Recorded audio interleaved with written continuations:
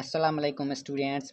आज हम STSP test 2026 का मैथमेटिक्स पार्ट सोल्व करने जा रहे हैं। सही है। सो बिना किसी देर के चलिए स्टार्ट करते हैं। क्वेश्चन 41 है हमारे पास। The value of this addition of the fraction will be. सही है। ये हमारे पास दो फ्रैक्शन है और इनकी हमने एडिशन लेनी है, उसकी वैल्यू क्या होगी हमने ये बताना है। सही है। सो यहाँ पर हम देखें तो ये जो हमारे पास फर्स्ट फ्रैक्शन है, इसकी इसका जो डिनोमिनेटर है वो डबल है हमारे न्यूमरेटर का। सही है। सो हम अगर टेबल लगाएं इन पर तो ये हमारा रिड्यूस होकर होगा 1/2, क्योंकि न्यूमरेटर का डबल है डिनोमिनेटर। सही है। सो डिनोमिनेटर पर टेबल लगाएं 123 की तो 2 टाइम्स जाएगी, इसलिए ये रिड्यूस होकर होगा 1/2। और प्लस में है हमारे पास 3/2। सही है। अब हम इनको ऐड करें तो डिनोमिनेटर सेम है तो न्यूमरेटर्स आपस में ऐड होंगे। 1+3/2, 1+3 होता है 4/2 और 4 पर टेबल लगाएं 2 की तो ये रिड्यूस होगा हमारे पास 2। इस हिसाब से हम देखें तो option A is the correct one. सही है। सो ये जो हमारा फर्स्ट क्वेश्चन था टॉपिक फ्रैक्शन से था। सही है। और हमने दो फ्रैक्शंस को ऐड करना था। अब यहाँ पर बच्चे ज़्यादातर कंफ्यूज हो जाते हैं कि हमारे पास ये जो फ्रैक्शन है इसका न्यूमरेटर भी बड़ा है इतना और डिनोमिनेटर भी बड़ा है इतना, तो हम इन डिनोमिनेटर्स की एलसीएम कैसे लें और इनको इन फ्रैक्शंस को ऐड कैसे करें। सो यहाँ पर घबराने की कोई ज़रूरत नहीं है। सबसे पहले आप क्वेश्चन को सही से पढ़ें।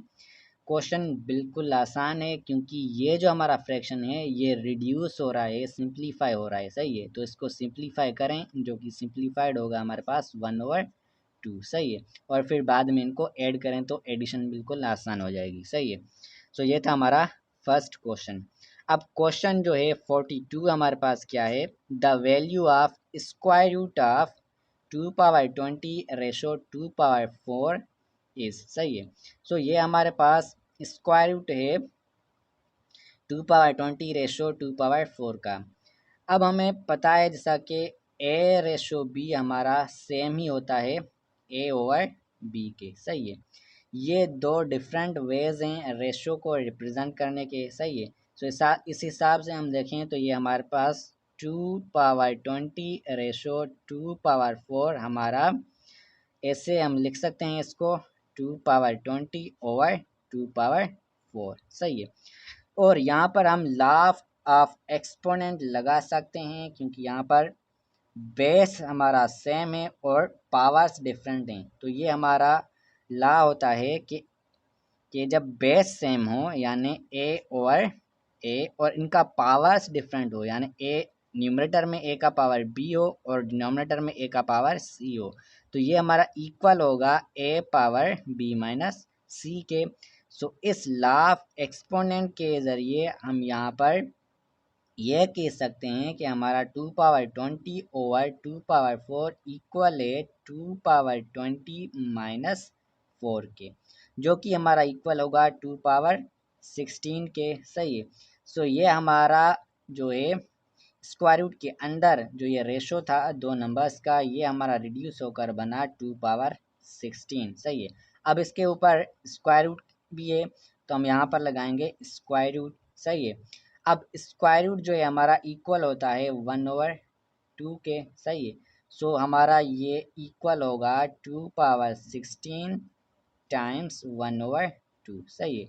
और 16/2 हमारा इक्वल होगा 2/8 और 2/8 की जो वैल्यू है वो होगी हमारे पास 256, जो कि ऑप्शन ए है। सही है।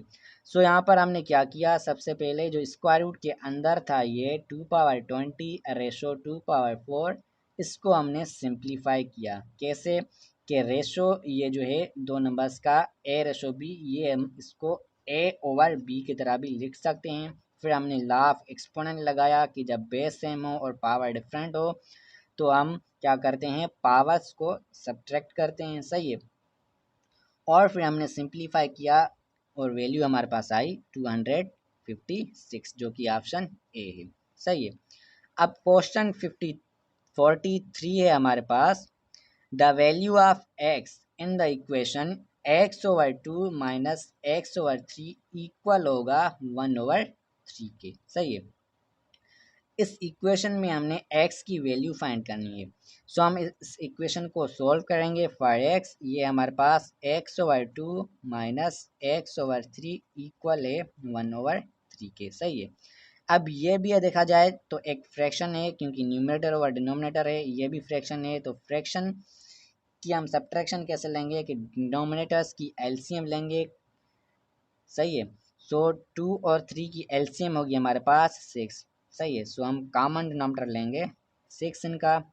अब 2 की टेबल 6 पर 3 टाइम्स जा रही है, तो हम यहाँ पर लिखेंगे 3 टाइम्स x, और फिर माइनस इसी तरह 3 की टेबल 6 पर 2 टाइम्स जा रही है, तो ये होगा हमारे पास 2 टाइम्स x, और ये सारा इक्वल होगा 1/3 के।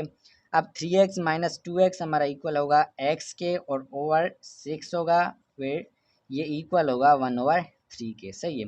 अब ये यहाँ हमारे पास 6 क्या है, डिवीजन में है, तो इसको ख़त्म करने के लिए हम क्या करेंगे, दोनों साइड 6 को मल्टीप्लाई करेंगे। सो ये हमारे पास इक्वल होगा x इज इक्वल टू 6/3 के, और 6 को डिवाइड करें 3 से, तो ये हमारे पास x इक्वल होगा 2 के। सही है। सो हमारे पास जो वैल्यू आई x की वो है 2। इस हिसाब से हम देखें तो option B is the correct one. So यहाँ पर हम देखें तो क्वेश्चन 41 था जो हमारा, वो फ्रैक्शंस के टॉपिक में था। यह एक बेसिक सा क्वेश्चन था, जो कि हमने दो फ्रैक्शंस को ऐड करना था। इसी तरह क्वेश्चन 42 देखें तो ये मिक्स में था, स्क्वायर रूट और रेशो का। सही है। पहले दो नंबर्स का रेशो गिवन है, और उसको सिंप्लीफाई करके फिर हम जो रिजल्ट मिले उसका स्क्वायर रूट ले रहे हैं। सही है। और क्वेश्चन 43 जो है हमारे पास, ये हमारा लीनियर इक्वेशन का है विथ फ्रैक्शनल कोफिशिएंट, जिसमें हमने क्या करना था, x की वैल्यू को फाइंड करना था। सही है। क्वेश्चन 44 है हमारे पास, the value of square root of 2 power 6 plus 6 power 2 equal है किसके। सही है। अब यहाँ पर हम देखा जाए तो 2 पावर 6 है, और प्लस में है हमारे पास 6 पावर 2। सही है।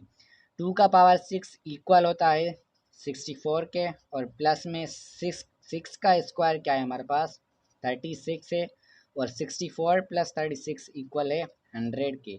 और फिर इनका क्या है, स्क्वायर रूट लें हम, तो 100 का स्क्वायर रूट हमारे पास क्या होगा, 10 होगा। सही है। तो इस हिसाब से हम देखें तो ऑप्शन डी हमारा क्या है, करेक्ट ऑप्शन है। सही है। क्वेश्चन 45 है हमारे पास, the value of 15y times 3y equal है किसके। सही है। अब ये हमारे पास दो पॉलिनोमियल एक्सप्रेशंस हैं, एक है 15y और दूसरा है 3y। सही है। 15y में y हमारा वेरिएबल है और 15 कोफिशिएंट है, और यहाँ पर y वेरिएबल है और 3 कोफिशिएंट है। ये दोनों एक्सप्रेशंस की हमने करनी है मल्टीप्लिकेशन। अब मल्टीप्लिकेशन में हम क्या करते हैं, कोफिशिएंट्स को मल्टीप्लाई करते हैं, तो 15 टाइम्स 3 होगा हमारे पास 45, और जो वेरिएबल होता है उनकी पावर्स को हम क्या करते हैं, ऐड करते हैं। यहाँ पर y की पावर हमारे पास क्या है, कुछ भी नहीं लिखा हुआ, तो यानी 1 है। इसी तरह यहाँ भी y की पावर 1 है, और 1 + 1 क्या होगा हमारे पास 2 होगा, तो यानी y की पावर हो गई 2। तो इन दोनों की मल्टीप्लिकेशन किसके इक्वल है, 45y² के, जो कि ऑप्शन हमारा डी है। सही है।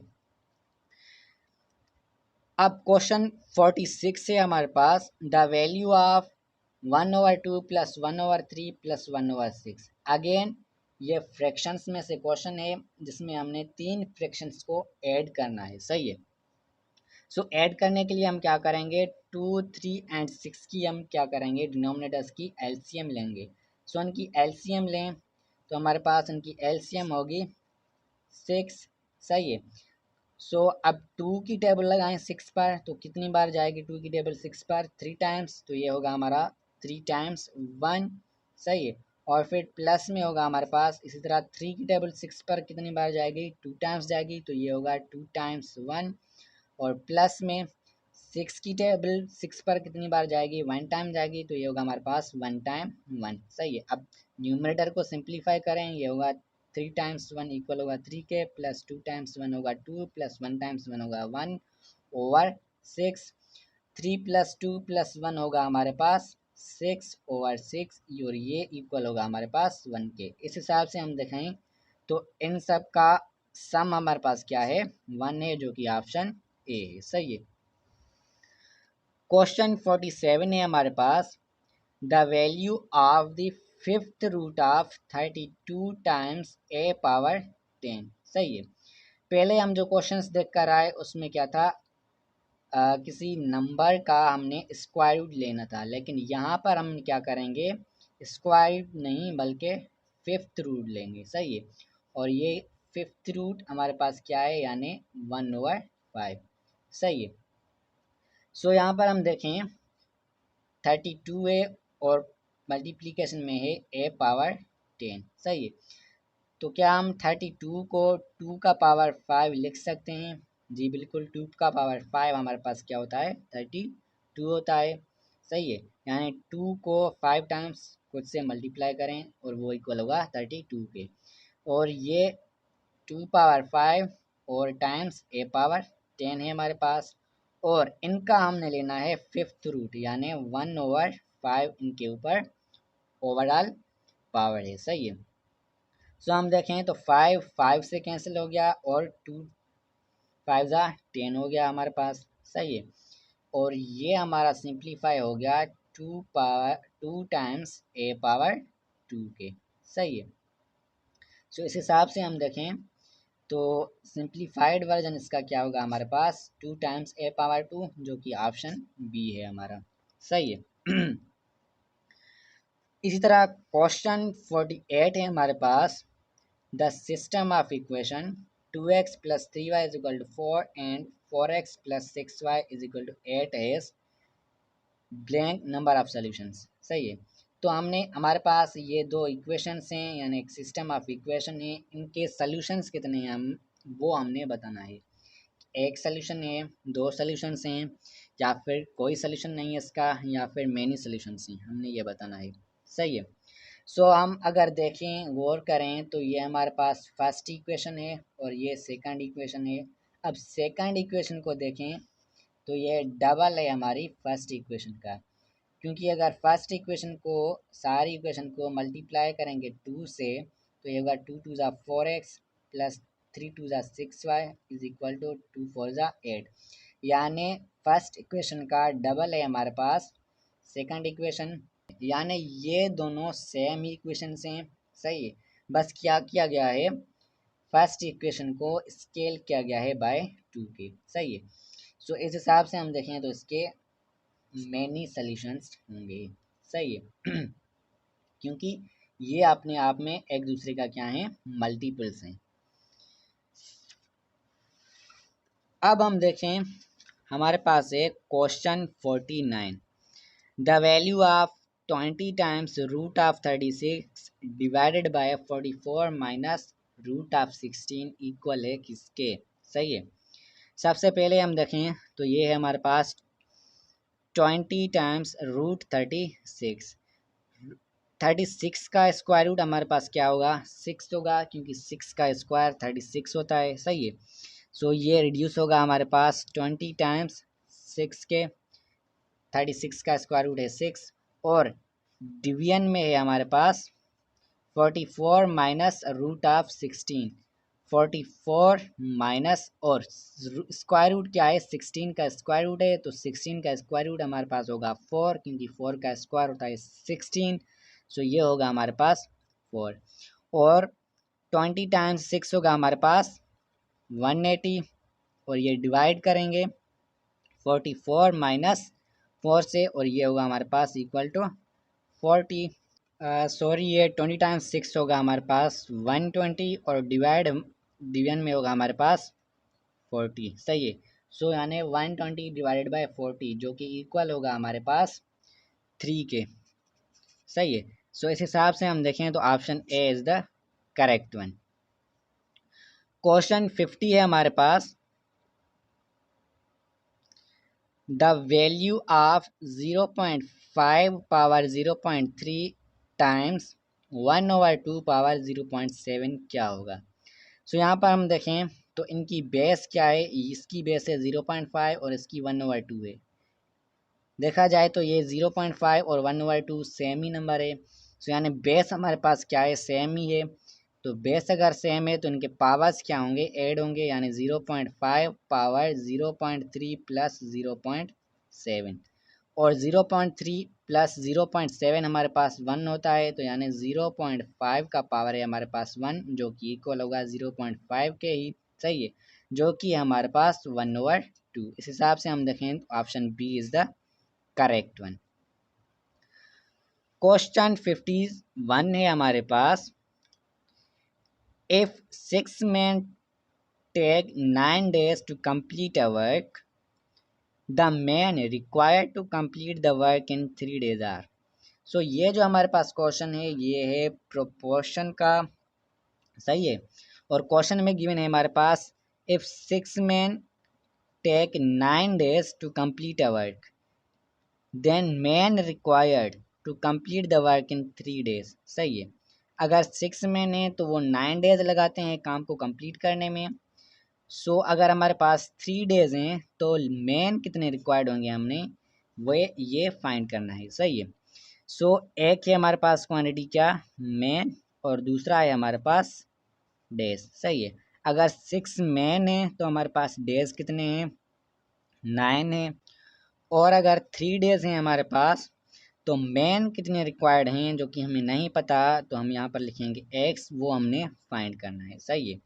सो यहाँ पर हमारा क्या है, ये प्रोपोर्शन का क्वेश्चन है, और हमने फाइंड करना है, ये मालूम करना है कि मैन कितने रिक्वायर्ड हैं। सबसे पहले तो ये आइडेंटिफाई करें कि क्या ये डायरेक्ट प्रोपोर्शन है या फिर इनवर्स प्रोपोर्शन है। सो देखिए, अगर 6 मैन है तो 9 डेज हैं, सही है। अगर हम डेज को रिड्यूस करें तो जाहिर सी बात है हमारे पास मैन ज़्यादा होने चाहिए ताकि हम वक्त पे टाइम जो है काम पूरा कर सकें। तो इस हिसाब से हम देखें तो हम डेज को कम कर रहे हैं तो हमें मैन ज़्यादा चाहिए, सही है। सो एक क्वांटिटी अगर रिड्यूस हो रही है तो दूसरी इंक्रीज हो रही है, इस हिसाब से हम देखें तो ये एक इनवर्स प्रोपोर्शन है, सही है। सो हमारे पास जो मैन की क्वांटिटी है वो जाहिर सी बात है इंक्रीज होनी चाहिए अगर हम डेज को रिड्यूस कर रहे हैं, सही है। सो ये जो है हमारे पास इक्वल होगा फिर x/6 इक्वल होगा हमारे पास 9/3 के, सही है। अब हमने जो बाहर वाली जो है क्वांटिटीज़ हैं इनको आपस में मल्टीप्लाई करना है, यानी 3 टाइम्स एक्स, और फिर जो ये मीन से हमारे पास अंदर वाली क्वांटिटीज़ हैं इनको आपस में मल्टीप्लाई करना है, 6 टाइम्स 9। ये बाहर वाली जो क्वांटिटीज़ हैं इनको हम क्या कहेंगे, एक्सट्रीम्स। ये हमारे पास एक्सट्रीम्स हैं और ये हमारे पास मीन्स हैं, सही है। सो एक्सट्रीम्स को आपस में मल्टीप्लाई करेंगे और मीन्स को आपस में मल्टीप्लाई करेंगे, और फिर एक्स की वैल्यू जो है हमने फाइंड करनी है यहाँ से। सो एक्स की वैल्यू फाइंड करनी है तो 3 को हम यहाँ पर डिवाइड करेंगे, 6 टाइम्स 9 डिवाइडेड बाय 3, और ये हमारे पास इक्वल होगा 1 3 ज़ा 3, 3 3 ज़ा 9, 6 3 ज़ा 18। सो मैन जो रिक्वायर्ड है हमारे पास वो कितने हैं, 18 मैन्स हैं। इस हिसाब से हम देखें तो option D is the correct one. So ये जो क्वेश्चन था हमारे पास ये प्रोपोर्शन में था, और स्पेसिफिकली ये इनवर्स प्रोपोर्शन का क्वेश्चन था, सही है। अब हमारे पास क्वेश्चन 52 है, if 10 workers can make 10 tables in 10 days, then days required to take 5 workers to make 5 tables are, सही है। अब ये जो हमारे पास क्वेश्चन 52 है ये भी प्रोपोर्शन का ही है, लेकिन ये ना तो डायरेक्ट प्रोपोर्शन है ना ही इनवर्स प्रोपोर्शन है। ये जो क्वेश्चन है हमारे पास ये कंपाउंड प्रोपोर्शन का क्वेश्चन है, सही है। कंपाउंड प्रोपोर्शन का क्वेश्चन इसलिए है क्योंकि ये हमारे पास क्या है, 2 क्वांटिटीज से ज़्यादा क्वांटिटीज गिवन है जिनके दरमियान हमने रिलेशनशिप फाइंड करना है, सही है। और क्वांटिटीज कितनी है हमारे पास, 3 क्वांटिटीज है, एक वर्कर्स हैं, दूसरा टेबल्स है और तीसरा डेज है, सही है। या फिर इन अदर वर्ड्स हम ये कह सकते हैं कि ये हमारे पास यहाँ पर 2 रिलेशनशिप्स बनेंगे, सही है। डायरेक्ट या इनवर्स प्रोपोर्शन में क्या होता है, हमारे पास एक ही रिलेशनशिप बनता है 2 क्वांटिटीज़ के दरमियान, ये लेकिन यहाँ पर हमारे पास 3 क्वांटिटीज़ हैं तो 3 क्वांटिटीज़ में आपस में हमारे पास 2 रिलेशनशिप्स बनेंगे, सही है। एक रिलेशनशिप होगा किसी दो क्वांटिटीज़ के दरमियान और दूसरा रिलेशनशिप होगा दूसरी दो क्वांटिटीज़ के दरमियान। सही है। सो कंपाउंड प्रोपोर्शन में का जब भी क्वेश्चन आए सबसे पहले ये माइंड में रखें, तो कंपाउंड प्रोपोर्शन तब होती है हमारे पास जब हमारे पास दो क्वांटिटीज से ज़्यादा क्वांटिटीज हों क्वेश्चन में, या फिर हमारे पास दो या दो से ज़्यादा रिलेशनशिप्स हों। सही है, आपस में, तो उसको हम क्या कहते हैं, कंपाउंड प्रोपोर्शंस कहते हैं। सही है।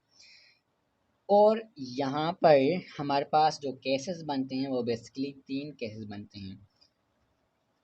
दो रिलेशनशिप होंगे हमारे पास, और फिर वो दो रिलेशनशिप या तो बहुत डायरेक्ट रिलेशनशिप होंगे यानी डायरेक्ट प्रोपोर्शन में होंगे, या फिर एक इन्वर्स होगा और दूसरा डायरेक्ट होगा, या फिर दोनों ही इन्वर्स होंगे। सही है। और क्वेश्चन सॉल्व करने से पहले सबसे पहले जो आपने देखना है वो ये भी देखना है कि यहाँ पर तीनों क्वांटिटीज़ में कौन सी क्वांटिटीज़ इंडिपेंडेंट हैं और कौन सी क्वांटिटीज़ डिपेंडेंट हैं। सही है। यानी डिपेंडेंट क्वांटिटी वो जिसकी हमने जो हमने मालूम करनी है, फाइंड करनी है। सही है। जैसा कि यहाँ पर हमारे पास तीन क्वांटिटीज़ हैं, एक वर्कर से, दूसरा टेबल से और तीसरा डेज है। 10 वर्कर्स हैं और ये 10 टेबल्स बना रहे हैं 10 डेज में। तो हमने मालूम करना है, यानी मालूम करना है डेज को, रिक्वायर्ड डेज को, जबकि 5 वर्कर्स हैं हमारे पास और 5 टेबल्स हैं। तो देखा जाए तो हमने जो मालूम करना है डेज रिक्वायर्ड, ये हमारे पास डिपेंडेंट क्वांटिटी बन रही है। सही है, जो कि हमने मालूम करनी है, और ये डिपेंड किस पर है, 5 वर्कर्स एंड 5 टेबल्स पर। सो इस हिसाब से हम देखें तो डिपेंडेंट क्वांटिटी हमारे पास कौन सी है, डिपेंडेंट क्वांटिटीज़ है हमारे पास डेज की, और इंडिपेंडेंट जो क्वांटिटीज़ हैं हमारे पास वो है हमारे पास वर्कर्स एंड टेबल्स। सही है। सो आपने क्या करना है, पहली इंडिपेंडेंट क्वांटिटी और डिपेंडेंट क्वांटिटी के दरमियान रिलेशनशिप देखना है। क्या इनके दरमियान रिलेशनशिप जो है हमारे पास वो डायरेक्ट है या फिर इनवर्स है, एक ये रिलेशनशिप हो गया।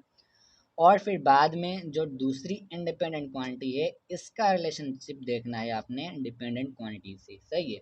तो ये हमारे पास दूसरा रिलेशनशिप हो गया। तो यानी इन टोटल हमारे पास कितने रिलेशनशिप हो गए, दो रिलेशनशिप हो गए, इसलिए हम कह रहे हैं कि ये कंपाउंड प्रोपोर्शन का क्वेश्चन है। सही है। सो हम देखें तो एक है वर्कर्स, दूसरा है हमारे पास टेबल्स, और ये दोनों क्वांटिटीज इंडिपेंडेंट हैं। और तीसरी जो क्वांटिटी है हमारे पास डेज की वो है डिपेंडेंट। सही है। तो सबसे पहले हमने क्या देखना है, वर्कर्स और डेज के दरमियान रिलेशनशिप देखना है हमने कि ये रिलेशनशिप कैसा है, डायरेक्ट है या फिर इनवर्स है रिलेशनशिप इनके दरमियान। सही है। सो अगर 10 वर्कर्स है हमारे पास तो डेज कितने हैं, डेज 10 है। सही है। देन हमारे पास अगर 5 वर्कर्स हैं तो डेज कितने होंगे, ये हमने मालूम करना है। अगर वर्कर्स 10 थे तो डेज 10 थे। सही है। अब वर्कर 5 हैं तो डेज कितने होंगे, अब देखें हमारे पास कोई काम गिवन है और 10 वर्कर्स हैं, 10 वर्कर्स हैं तो 10 डेज लगा रहे हैं। अब अगर रिड्यूस किया जाए वर्कर्स को कम किया जाए तो ऑब्वियस सी बात है हमारे पास जो डेज होंगे वो ज़्यादा डेज लगेंगे, 5 वर्कर्स को ज़्यादा डेज लगेंगे एक काम को ख़त्म करने में। सही है। सो इस हिसाब से हम देखें तो वर्कर्स और डेज के दरमियान में हमारे पास क्या है, इनवर्स रिलेशनशिप है। सही है, इनवर्स प्रोपोर्शन है। एंड फिर हमारे पास क्या है, टेबल्स और डेज के दरमियान हमने देखना है कि कैसा रिलेशनशिप है, डायरेक्ट है या फिर इनवर्स है। ये याद रखिएगा, वर्कर्स और डेज में हमारे पास क्या है, इनवर्स प्रोपोर्शन है, इनवर्स रिलेशनशिप है। सही है। अब टेबल जो है हमारे पास कितनी थी, 10 थी। सही है। और डेज कितने थे, 10 थे। अब 5 टेबल्स हैं तो डेज कितने होंगे, 10 टेबल्स थी जिसको बनाने में 10 दिन लग रहे थे। अब टेबल्स अगर 5 हैं तो जाहिर सी बात है डेज भी कम ही लगेंगे, कम टेबल कम डेज लगेंगे, ज़्यादा टेबल ज़्यादा डेज लगेंगे। सही है। तो हम देखें तो टेबल्स और डेज के दरमियान में हमारे पास रिलेशनशिप डायरेक्ट है, डायरेक्ट प्रोपोर्शन है इनके दरमियान, सही है। सो डेज और वर्कर्स के दरमियान हमारे पास क्या है, इनवर्स रिलेशनशिप है। तो एक एरो हम ऊपर लगाएंगे और एक नीचे लगाएंगे, सही है, क्योंकि इनके दरमियान क्या है, हमारे पास इनवर्स रिलेशनशिप है। और मेरा ये कहना है कि इजी रहेगा कि आप ऊपर एरो लगाएं जो कि डिपेंडेंट क्वांटिटी है, सही है। डिपेंडेंट क्वांटिटी में क्या करें, इनवर्स एरो लगाएं, सही है। सो डेज में हमने इनवर्स ऊपर एरो लगाया और वर्कर्स में नीचे एरो लगाया, ये शो कर रहा है कि इनके दरमियान इनवर्स रिलेशनशिप है, यानी एक क्वांटिटी अगर बढ़ रही है तो दूसरी कम हो रही है। और टेबल्स और डेज में क्या है, हमारे पास डायरेक्ट रिलेशनशिप है, तो हम दोनों एरोज ऊपर ही लगाएंगे, सही है। डायरेक्ट में क्या होता है, या तो दोनों एरोस ऊपर लगाओ या फिर दोनों एरोस नीचे लगाओ, सही है। तो ये डायरेक्ट रिलेशनशिप होता है, यानी शो कर रहा होता है कि अगर एक क्वांटिटी बढ़ रही है तो दूसरी भी बढ़ रही है, या फिर एक क्वांटिटी कम हो रही है तो दूसरी भी कम हो रही है। लेकिन हमने यहाँ पर पहले ही डेज की क्वांटिटी का क्या किया, एरो ऊपर लगाया, तो फिर हमने टेबल्स का भी ऊपर ही लगाना पड़ेगा, क्योंकि इनके दरमियान रिलेशनशिप क्या है, हमारे पास डायरेक्ट रिलेशनशिप है, सही है। सो वर्कर्स और डेज के दरमियान हमारे पास क्या है, इनवर्स रिलेशनशिप हो गया, सही है। और टेबल्स और डेज के दरमियान हमारे पास क्या हो गया, डायरेक्ट रिलेशनशिप हो गया। अब हमने क्या करना है, इनको इक्वेशन बनाकर फिर सोल्व करना है, सही है। सो स्टार्ट अब हमने क्या करना है, डिपेंडेंट क्वांटिटी से करना है। डिपेंडेंट क्वांटिटी क्या है, डेज है, और एरो क्या जा रही है, ऊपर जा रही है, तो हम क्या करेंगे, x/10 लिखेंगे, सही है। और ये इक्वल होगा हमारे पास किसके, अब इनकी, अब ये जो इंडिपेंडेंट क्वांटिटीज हैं इनके हिसाब से जो एरो लगी हुई हैं इनके हिसाब से आप इनको लिखें, यानी ये होगा हमारे पास टेबल्स 5 और 10 होगा, और फिर वर्कर्स क्या होगा, 10/5 होगा, सही है। और फिर इन दोनों को आपस में कर लीजिए मल्टीप्लाई, सही है। ये होता है सॉल्व करने का तरीका कंपाउंड प्रोपोर्शन को, सही है। डिपेंडेंट क्वांटिटी इक्वल होगी मल्टीप्लिकेशन ऑफ इंडिपेंडेंट क्वांटिटीज, और आपने या ये देखना है कि एरो किस तरह से जा रही है, उस हिसाब से आपने क्वांटिटीज को लिखना है। ये ऊपर एरो जा रही थी तो यानी न्यूमरेटर में x लिखना है, डिनोमिनेटर में 10 लिखना है। इसी तरह इस टेबल की क्वांटिटी में क्या करना है, 5 को न्यूमरेटर लिखना है और 10 को डिनोमिनेटर। और यहाँ पर वर्कर्स में क्या करना है, 10 को न्यूमरेटर में लिखना है और 5 को डिनोमिनेटर में लिखना है। एंड जिस तरह एरो का फेस है, सही है, जिस तरह एरो का फेस है उस हिसाब से लिखना है, सही है। अब x की वैल्यू को हमने फाइंड करना था, सही है। तो x की वैल्यू को फाइंड करना था, तो 10 को इस तरफ शिफ्ट करें, यहाँ पर डिवीजन में है तो यहाँ पर क्या होगा, मल्टीप्लिकेशन में होगा, और ये होगा हमारे पास x equals to 5/10 multiplies by 10/5 multiply by 10, सही है। अब इनको मल्टीप्लाई में है, इनको सिंप्लीफाई करें, 10 10 से कैंसिल होगा, 5 5 से कैंसिल होगा, और हमारे पास रह गया सिर्फ और सिर्फ 10, यानी x इक्वल है हमारे पास 10 के, सही है।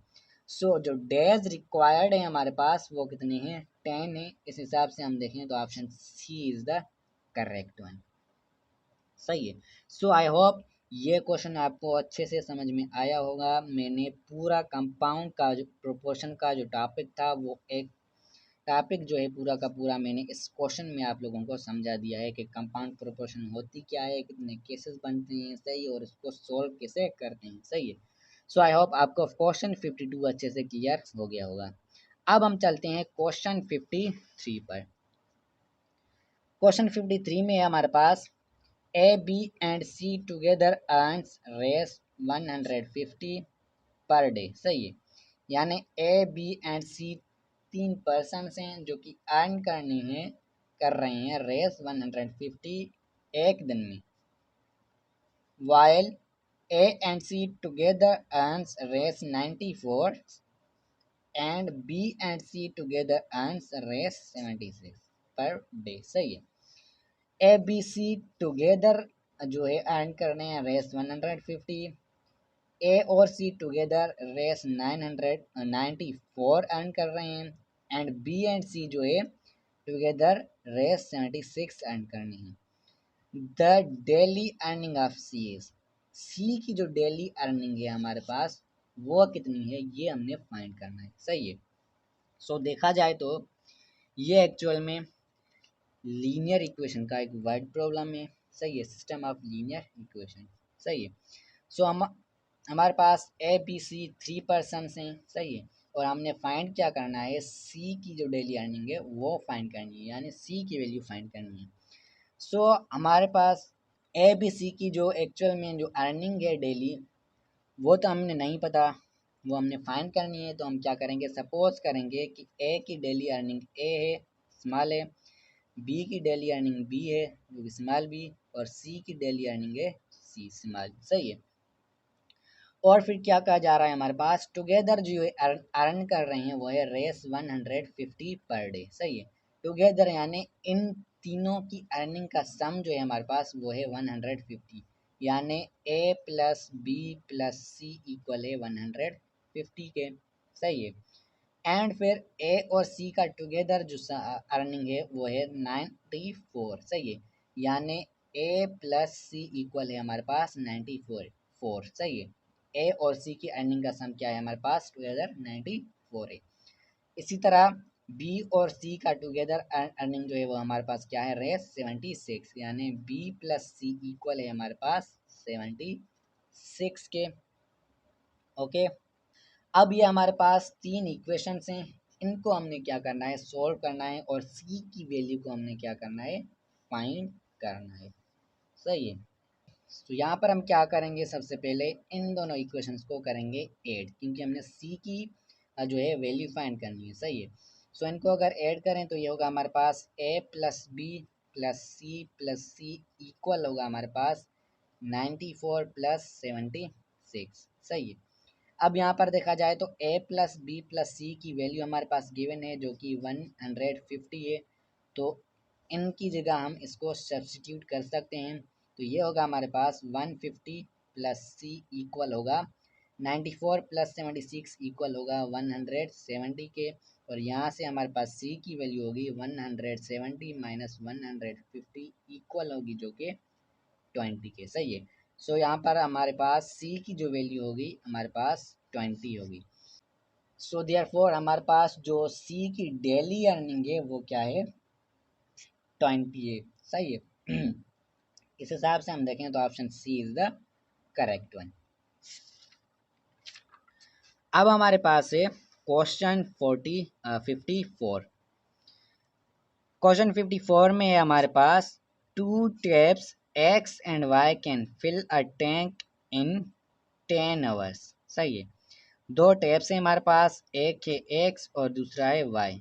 दे can fill a tank in 10 hours and 15 hours respectively, यानी एक्स फिल कर रहा है टैंक को 10 आवर्स में और वाई फिल कर रहा है टैंक को 15 आवर्स में। If both taps are opened together, the tank will be full in, सही है। अब देखा जाए तो इंडिविजुअली एक्स 10 घंटे ले रहा है टैंक को फिल करने में, और वाई 15 घंटे ले रहा है टैंक को फिल करने में, सही है।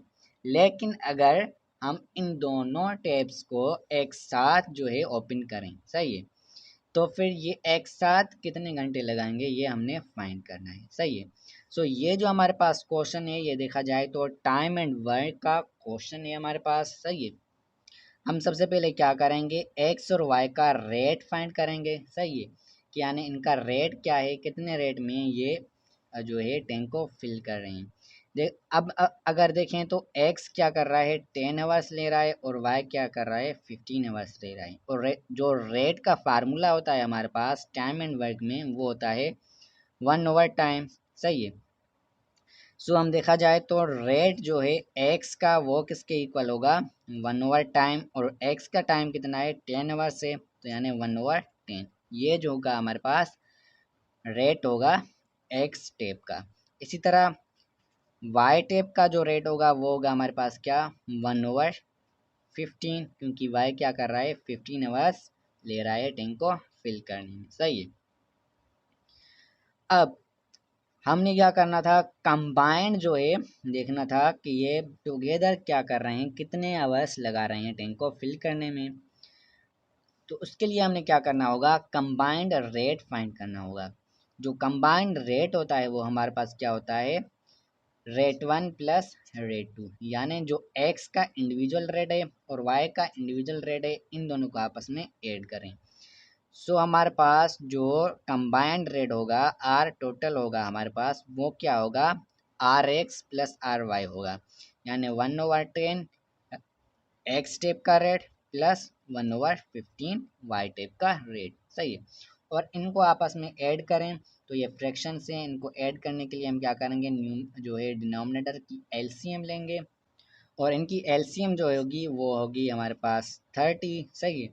और 10 की टेबल 30 पर कितनी बार जा रही है, 3 बार, तो ये होगा 1 टाइम्स 3, और प्लस 15 की 30 पर टेबल कितनी बार जा रही है, 2 टाइम्स, तो ये होगा 1 टाइम्स 2। सही है। और ये हमारे पास इक्वल होगा 3 + 2 5/30 के। सही है।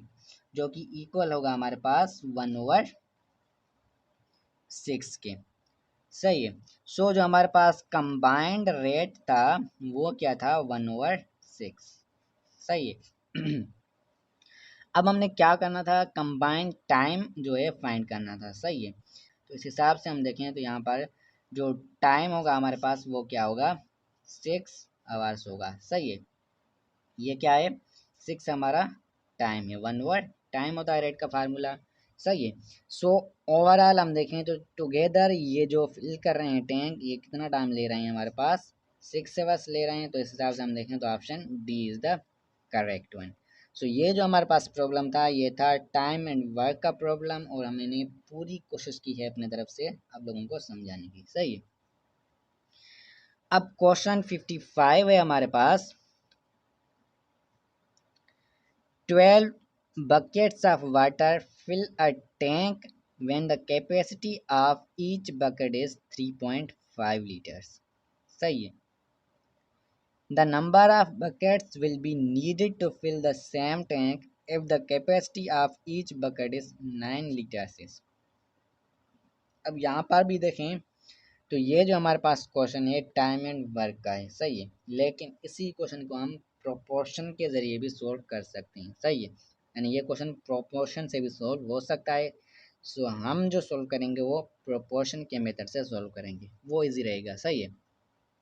क्वेश्चन के क्या रहा है, हमारे पास 12 बकेट्स हैं ऑफ वाटर जो कि फिल कर रहे हैं टैंक को, when the capacity of each bucket is 13.5 litres. सही है।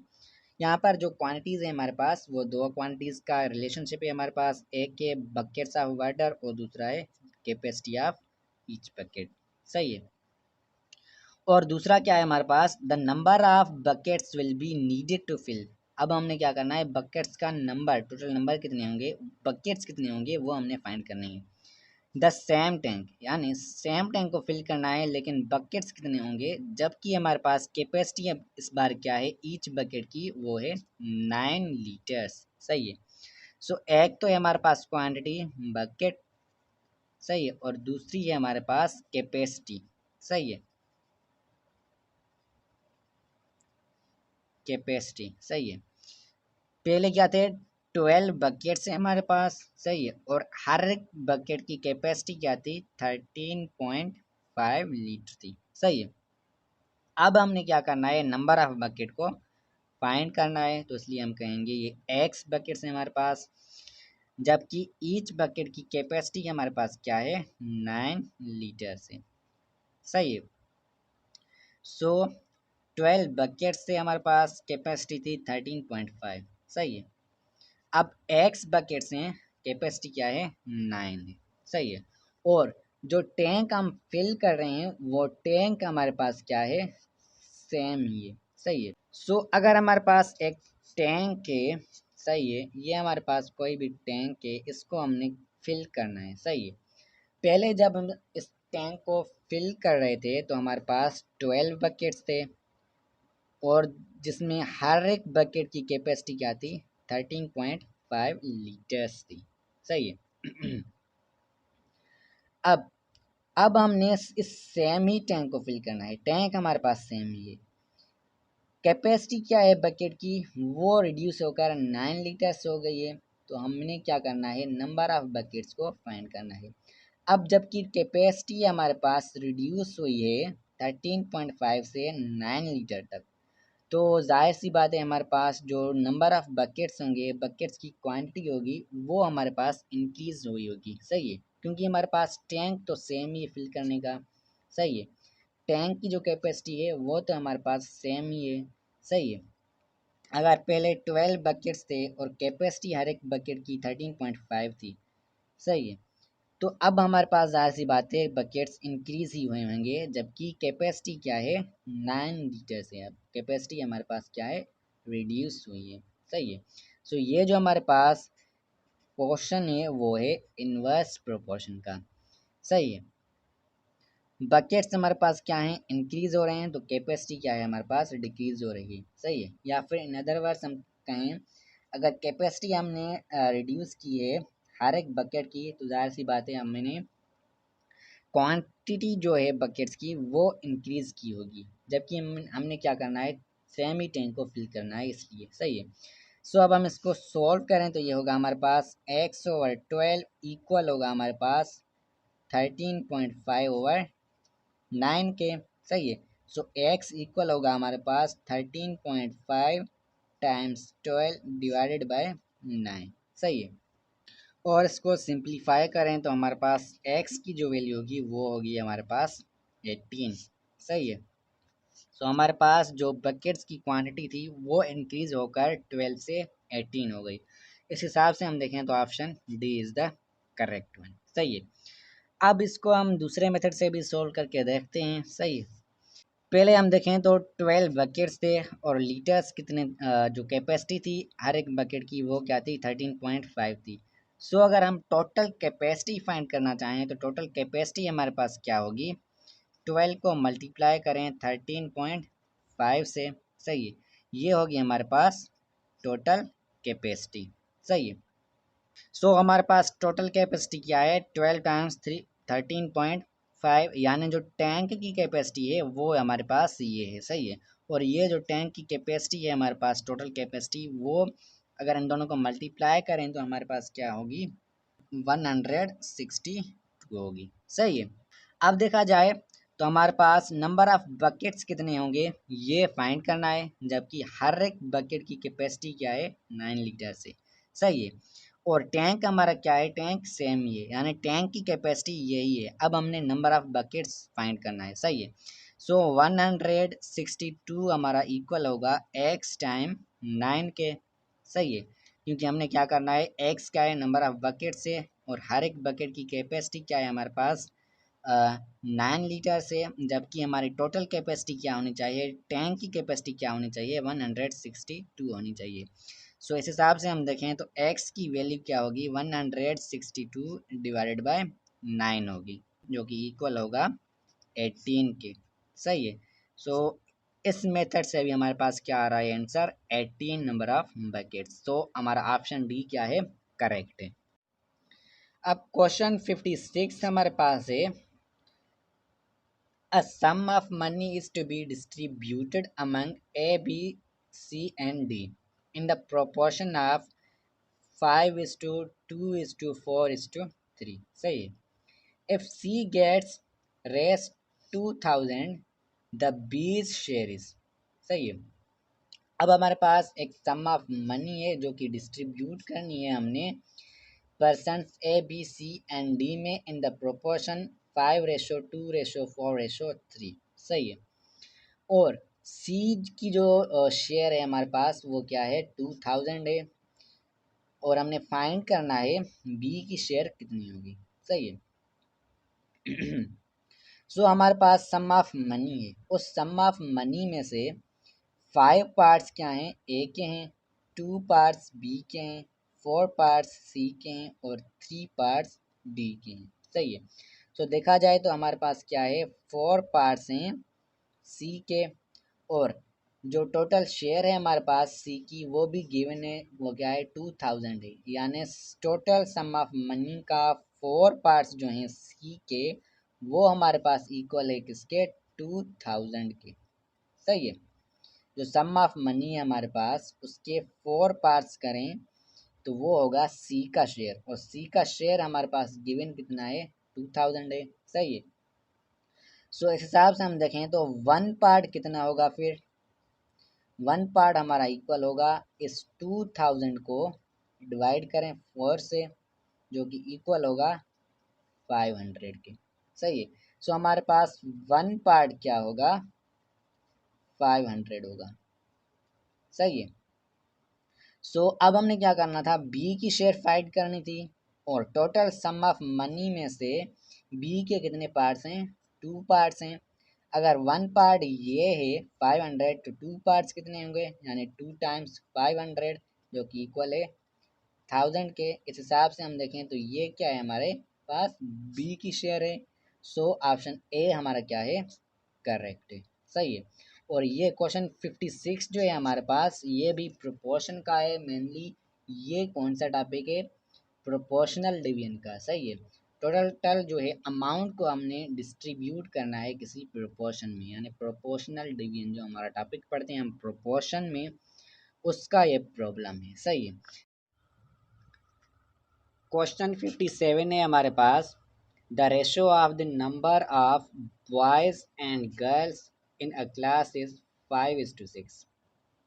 If the percentage increase in the number of boys and girls be 20% and 10% respectively, the new ratio will be।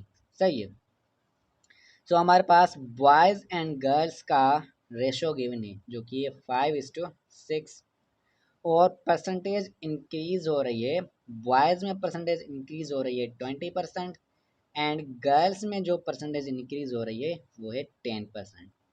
और फिर हमसे पूछा जा रहा है इस परसेंटेज इंक्रीज के बाद न्यू रेशो जो होगा बॉयज़ एंड गर्ल्स के दरमियान वो कितना होगा, हमने फाइंड करना है। सही।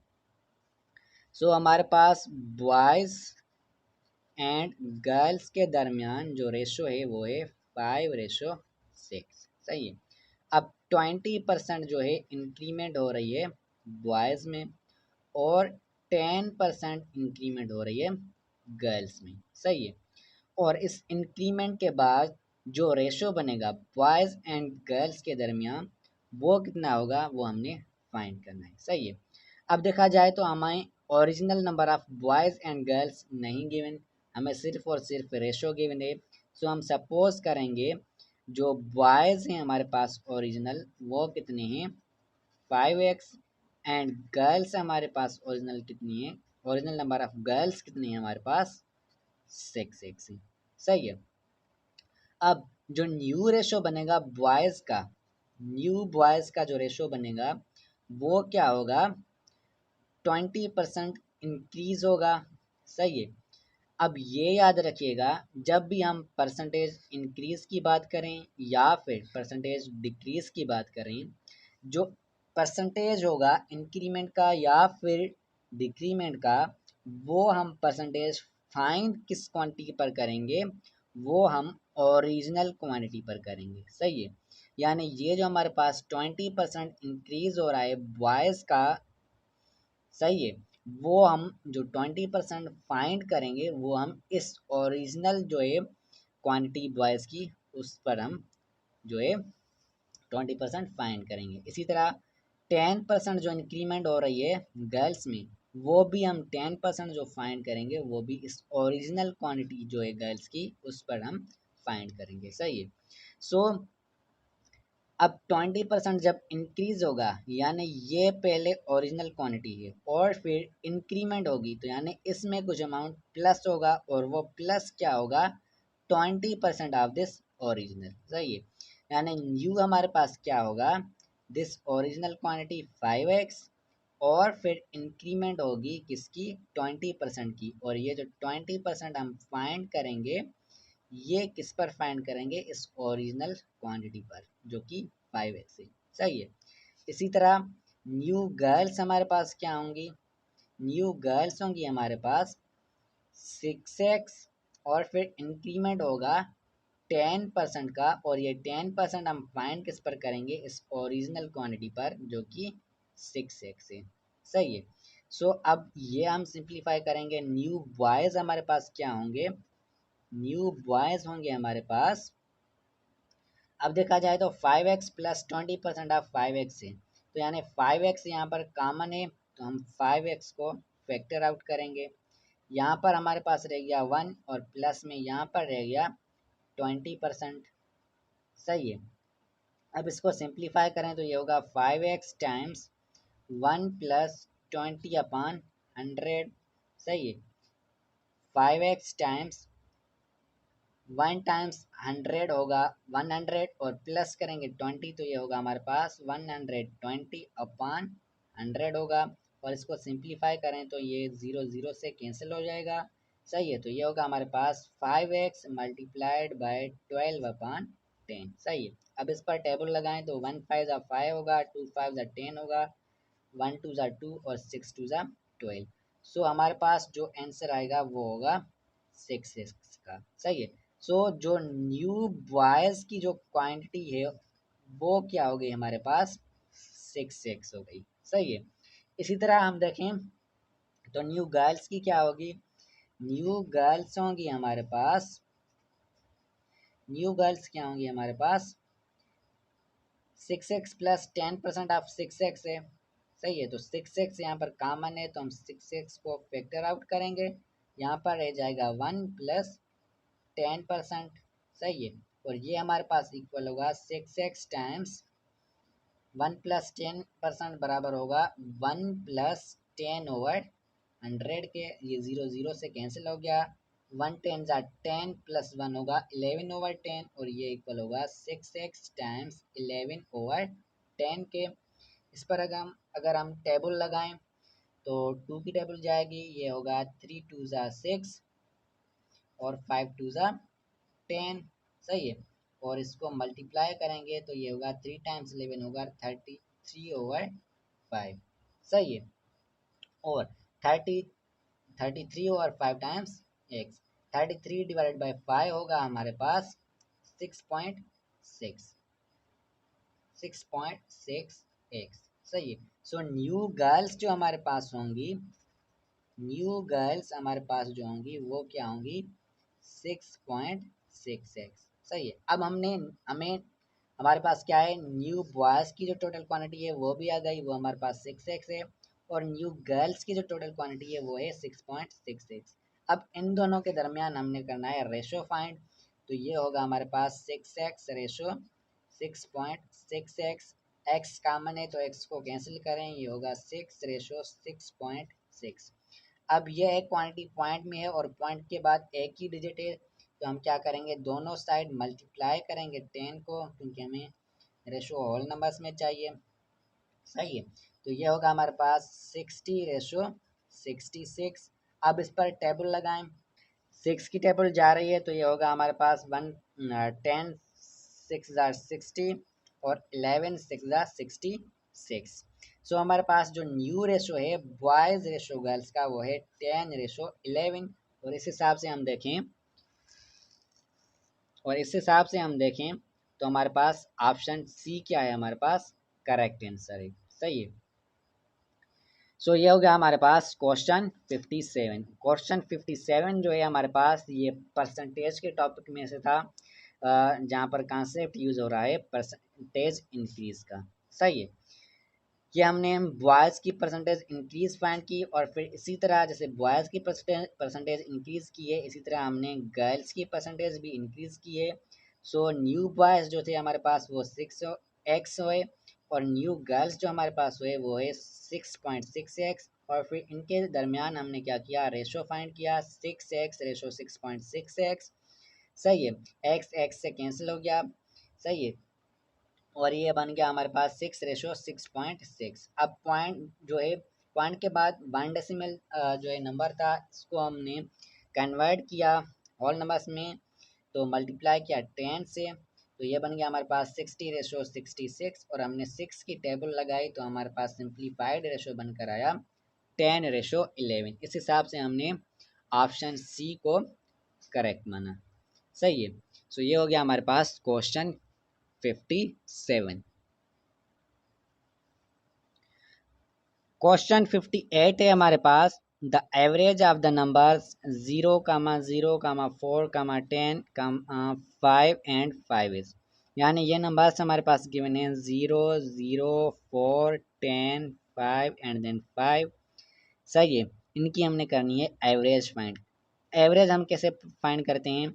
सम of observations divided by total number of observations. सही है, ये एवरेज का फार्मूला होता है। तो हमारे पास ये ऑब्जर्वेशन हैं, इनका सम लें, 4 + 10 होगा 14, 14 प्लस ये 10 होगा हमारे पास 24। सो हमारे पास सम हो गया 24 और डिवाइड करें टोटल नंबर ऑफ क्वांटिटी से। टोटल हमारे पास ऑब्जर्वेशन कितनी है? 1 2 3 4 5 6, तो डिवाइडेड बाय 6 और 24 को डिवाइड करें 6 से तो हमारे पास आंसर क्या होगा? 4। तो इस हिसाब से हम देखें तो option C is the correct one. अब हम देखें क्वेश्चन 59 है हमारे पास, the rate of discount if a car which price was $4,000 was sold for $3,200। सही है। अब हमारे पास एक कार थी जिसकी ओरिजिनल प्राइस थी वो क्या थी? $4,000, लेकिन हमने इसको सेल किया $3,200 में। सही है। सो हमने डिस्काउंट कितना दिया? 4000 से अगर माइनस करें 3200 तो हमारे पास आंसर आ रहा है 800 का। सही है। Original price minus selling price equal होती है हमारे डिस्काउंट के। सो हमने क्या किया? $800 जो है डिस्काउंट किया। सही है। अब हमने क्या करना है? इस डिस्काउंट की हमने परसेंटेज फाइंड करनी है, रेट फाइंड करनी है, वो कितनी होगी। और डिस्काउंट की जो परसेंटेज होती है, डिस्काउंट परसेंटेज या फिर रेट कहें, उसका फार्मूला क्या होता है? उसका फार्मूला होता है डिस्काउंट, जो हमने डिस्काउंट दिया है यानी 800 डिवाइडेड बाय जो ओरिजिनल प्राइस थी यानी 4000, यानी जो ओरिजिनल हमारे पास क्या थी? प्राइस थी। सही है। Discount divided by original price into 100, ये होता है डिस्काउंट परसेंटेज फाइंड करने का formula, rate of discount find करने का फार्मूला। सही है, ये डिस्काउंट है। सही है। तो डिस्काउंट हमारे पास क्या है? 800 हमने डिस्काउंट दिया और ओरिजिनल प्राइस हमारे पास क्या थी? 4000 थी और मल्टीप्लाई करें इसको 100 से। सही है। सो ये 3 0 से कैंसिल हो गई, 1 4 ज़ा 1, 2 4 ज़ा 8 और 0 हम लगा देंगे तो हमारे पास जो आंसर आया हमारे पास वो है 20%। सही है। सो इस हिसाब से हम देखें तो option D is the correct option. सही है। सबसे पहले हमने डिस्काउंट मालूम किया कि डिस्काउंट हमने दिया क्या कितना है, वो हुआ हमारे पास 800। सही है। और फिर हमने रेट ऑफ डिस्काउंट फाइंड किया जिसका फार्मूला है, जो हमने डिस्काउंट दिया है वो discount divided by original price into 100। सही है। सो इस हिसाब से हमारे पास जो डिस्काउंट रेट आया वो आया 20%। सही है। So option D is the correct option. Question 66 है हमारे पास, the number of elements in the set A set है हमारे पास X such that X is an even number less than 10। अब ये सेट है हमारे पास ए, इसमें नंबर ऑफ एलिमेंट्स कितने हैं वो हमने फाइंड करनी है। और सेट ए क्या है हमारे पास? X such that X is an even number less than 10। सबसे पहले तो हम देखें लेस देन 10 है, लेस देन 10 और हमारे पास क्या है? इवन नंबर्स हैं, यानी एक्स एक ऐसा एलिमेंट है जो कि इवन नंबर है और लेस देन 10 है। सो देखा जाए तो इवन नंबर्स 2 से स्टार्ट होते हैं, 2 4 6 8 और फिर बस, क्योंकि हमने क्या चाहिए?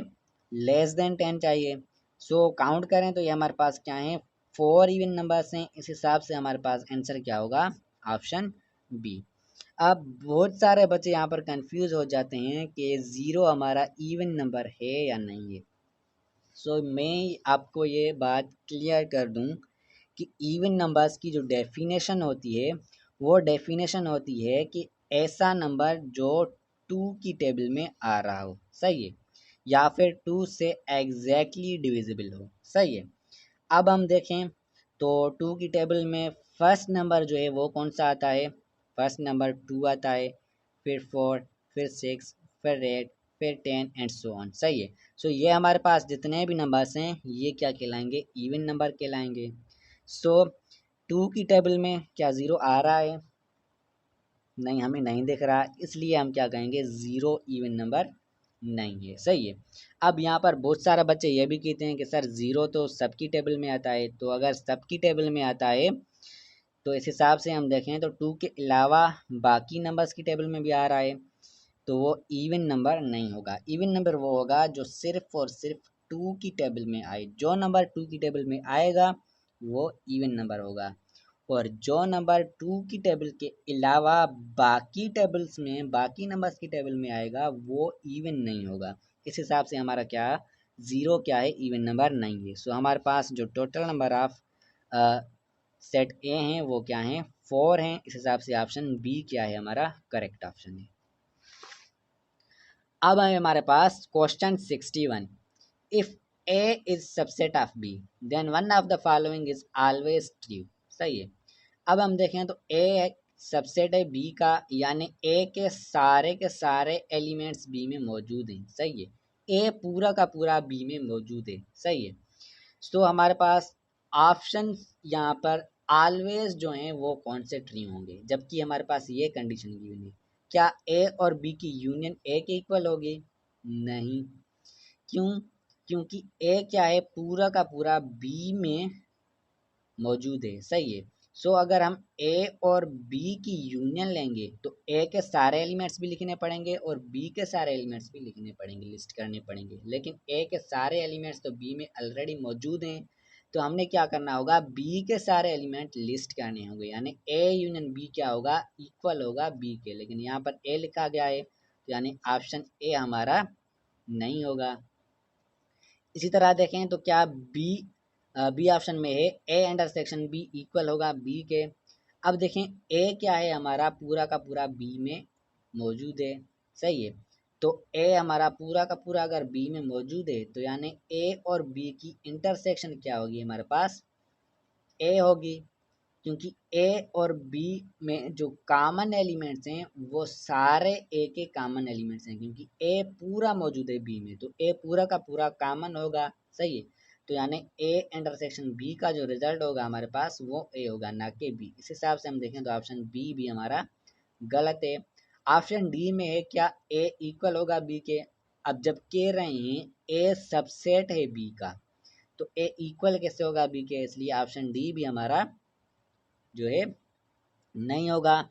तो हमारे पास ऑप्शन सी ही रह गया, और ऑप्शन सी में क्या है, ए इंटरसेक्शन बी हमारा इक्वल है ए के। हाँ ये बिल्कुल सही है कि ए हमारा पूरा का पूरा अगर बी में मौजूद है, ए के सारे एलिमेंट्स अगर बी में मौजूद हैं, क्योंकि ए सबसेट है बी का, तो इन ए और बी के दरमियान जो कॉमन एलिमेंट्स होंगे वो ए के सारे एलिमेंट्स कॉमन होंगे। सही है। यानी ए पूरा का पूरा जो होगा हमारा कॉमन होगा, तो इस हिसाब से हम क्या कहेंगे, ए इंटरसेक्शन बी इक्वल होगा ए के। इस हिसाब से ऑप्शन सी हमारा क्या है, करेक्ट है। क्वेश्चन 62 है हमारे पास, in a class of 35 students 1/5 is girls, the number of boys in the classes. सही है। अब टोटल जो हमारे पास स्टूडेंट्स हैं, टोटल नंबर ऑफ स्टूडेंट्स हैं वो हैं 35। सही है।